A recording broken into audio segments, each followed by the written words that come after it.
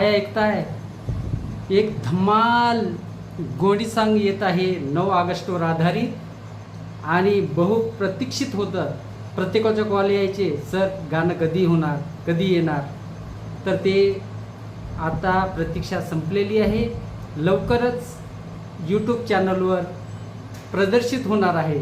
तेव्हा वेळ न घालवता खाली दिलेल्या लिंकला क्लिक करा आणि सबस्क्राईब करा. तुम्हाला पहिल्यांदा ऐकायला मिळेल आणि थिरकायला सुद्धा मिळेल. धन्यवाद.